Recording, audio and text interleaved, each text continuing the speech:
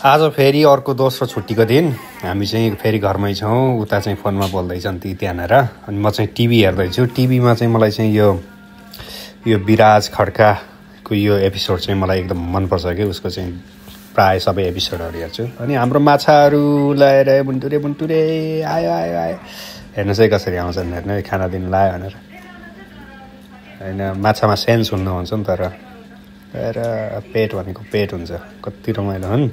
मान्छे नजिकै गयो भने चाहिँ उनीहरू आउँछन्। त्यसपछि ले भन्दै ऊ त्यो गोल्डन कलरको नाम चाहिँ गोल्डी हो।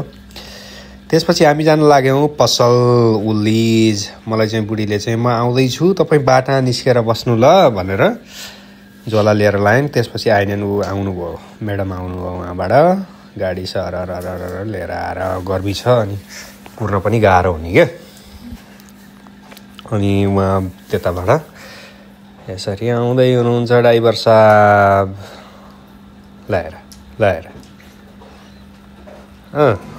त्यसपछि हामी पुग्यौँ उल्लिजमा ट्रली लिएर। म चाहिँ भिडियो बनाउँदैछु। मान्छेले नि के भन्लान्, हे तपाईँ उता जानु पर्यो, म त नचिने नै गर्छु तपाईँलाई भनेर मैले डाइलेक्ट खाइहालेँ। त्यसपछि हामी सपिङ सकेर आएपछि मम्मी र म चाहिँ इभिनिङ वाकमा लाग्यौँ। इभिनिङ वाकमा आज चाहिँ मम्मीलाई चाहिँ खतरा हिँडाउनु खोजेको। स्लो हिँड्ने मम्मीलाई चाहिँ स्पिडमा यसरी हिँड्नुपर्छ भनेर देखाएँ। त्यसपछि हामी साँझपख इभिनिङ वाकमा लाग्यौँ। र इभिनिङ वाकको लास्टमा फर्किँदै गर्दाखेरि यो चाहिँ क्रिसमस लाइट घर नजिकै। र साँझ अब अँध्यारो भइसक्यो नि त, राम्रो देखियो।